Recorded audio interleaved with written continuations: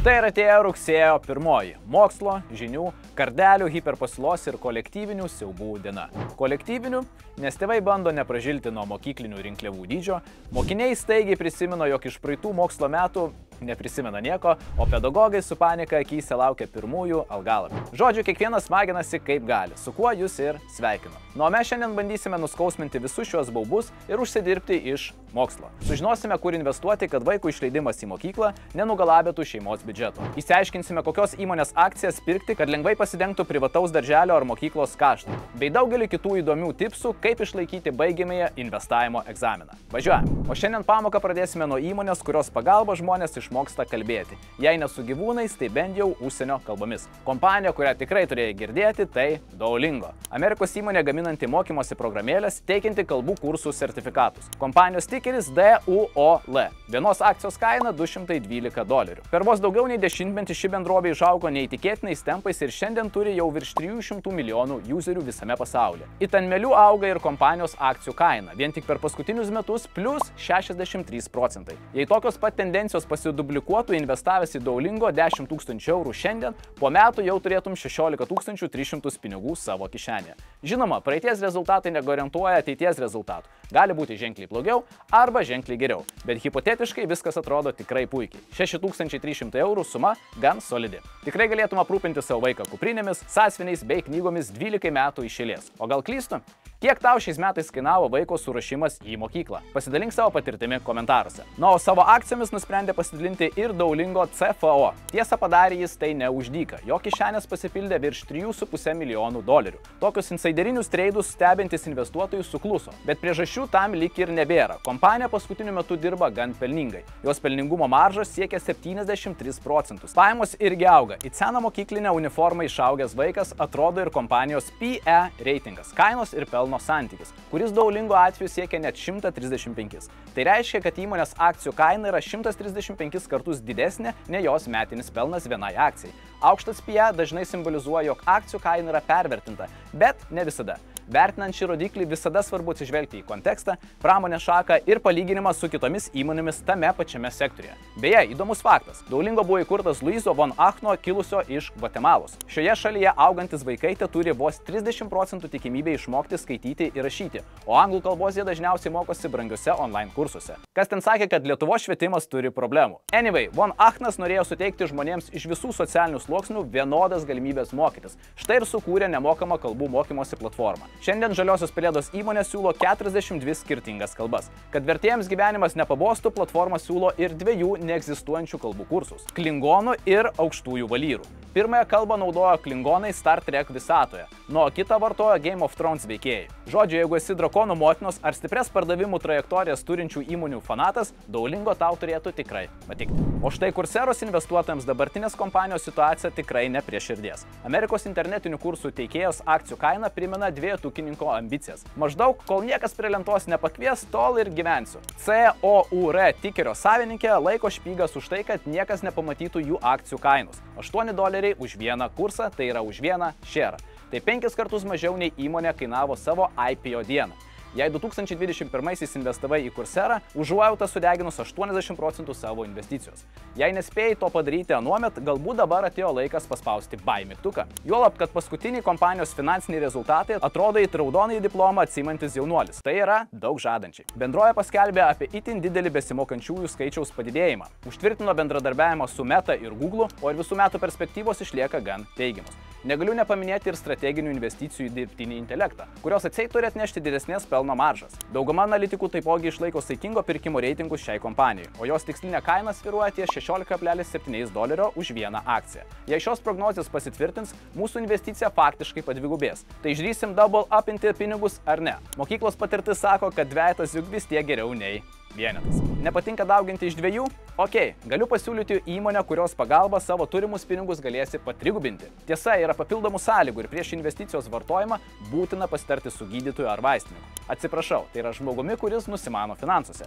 Jei tokio asmens nepažįsti, pala, kaip tai nepažįsti? Sveikas, aš esu Gintaras Paciūnas, šio kanalo autorius ir tavo asmeninis finansų patarėjas. Jei jauti, kad tavo investicinis portfelis negaluoja, asmeniniai finansai šlubuoja, o investicinės kelionės metu pasireiškia šalutinis poveikis, skubėk užsukti į puslapį paciūnas.lt. Šioje finansinėje klinikoje galėsi užsiregistruoti į konsultaciją su manimi ar kitais konsultantais. O jau mes su mielu noru padėsime tau padidinti tavo finansinį imunitetą ir atsikratyti jei ne žalingų įpročių, tai bent jau klaidingų minčių apie taupimą, biudžetavimą ar investicijas. Bet grįžkime prie įmonės, kurios dėka galima patrigubinti savo investicijas. Jos tikeris LRN. Jos įkūrėjas buvęs bankioras, o pati bendrovė užsiiminėja tuo, apie ką kalbame visą šią laidą, tai yra virtualią edukaciją. Stride anksčiau žinoma kaip K12, pelno siekianti įmonė teikianti internetinės ir alternatyves švietimo programas. Šios Virdžinijos valstijos įsikūrusios bendrovės rezultatai tokie moksliukiškai pasakiški, jog net pats S&P 500 indeksas norėtų nusirašyti jų sėkmės istoriją.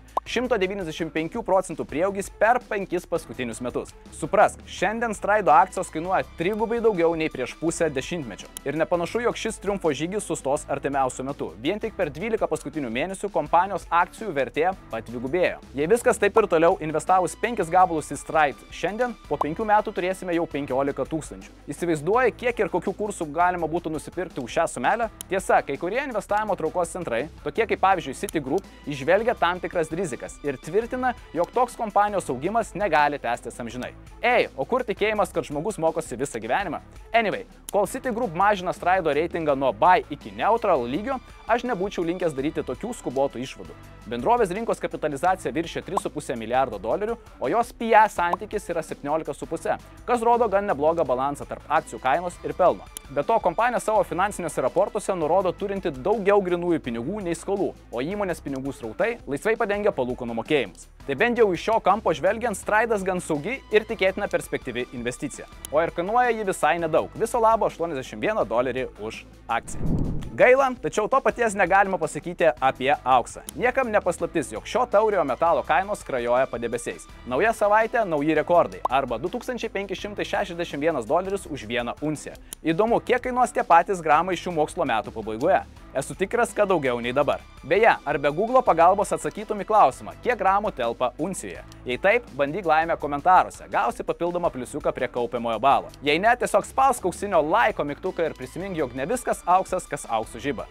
Vien tik nuo sausio tikrasis auksas jau pabrango 24%. Tikėtina, jog sulig paskutiniais Pavelo žodžiais vyrukas pasakė, laikas keisti politiką, ši karštligė dar labiau sustiprės. Nors apie auksą aš turiu savo nuomonę, bet apie tai galbūt kitame video. O štai Amerikos didmenininkė Costco į šiuolaikinę aukso karštligę žiūri itin rimtai. Apsiperkant jų parduotuvėse į vežimėlį gali prisikrauti ne tik mėsos, vyno ar pieno gaminių, bet ir aukso luitą įsidėti. Įsivaizduoji savo tokią situaciją kokioje Maksimoje ar Rimeke? Ko pageidausite, prašyčiau man 2 aukso luitus. Dėkui. O ko laukiu, kol ši mada ateis ir iki mūsų Lietuvos, gali dar kartą pasižiūrėti Pinigų pulso epizodą, kuriame kalbėjome apie Costco. Jų kartojimas mokslo motina. Visas reikalingas nuorodas, kaip visada, rasi šio video aprašyme. Jei kartotis nemėgsti ir nuolat ieškai naujų investavimo idėjų, štai tau dar viena jų – Bright Horizons Family Solutions. Negirdėjai apie tokią? Matyt, teks tau 2 metus iš eilės sėdėti 1 klasėje, ar net grįžti į darželį. O būtent jais ir specializuojasi Bright Horizons. Įmonės tikeris BFAM.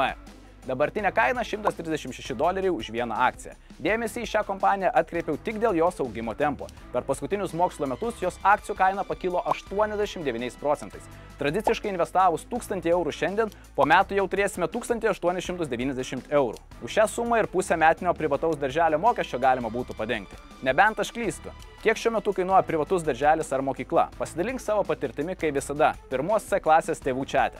Oi, atsiprašau, komentaruose po šio vaizdo įrašo. Ačiū. Į Griso su mokslu susijusios naujienos, puikiai tą suprantu ir primenu, kad šiais metais rugsėjais atneša ne tik pirmojo skambučio ar artėjančio egzaminų kvapelį, bet ir naujo banko atėjimą į Lietuvą. Paskutinėmis vasaros dienomis vienas didžiausių Vokietijos bankų Commerzbank patvirtino, jog gruodį atidarys Vilniuje savo atstovybę. Tiesa, bankinių paslaugų ši kontorėlė neteiks, o santykius su potencialiais Baltijos šalių partneriais žada plėtoti gan įnirtingai. Jei irgi nori užmesti šiokį tokį santykį su šia bankinė institucija, jos tikeris CBK. Įsigyti jos akcijų gali Daxe. Šios dienos kainomis tai tau te kainuotų 13 eurukų už vieną šerą. Bet to priešingai nei visų šiandien aptartų kompanijų atveju, Commerzbank dar ir dividendus moka. Nedidelius, vos 2,5%, bet geriau žvirblis rankoje nei dvejetas dieninė. Ar briedis girio. Ar kaip ten sakoma.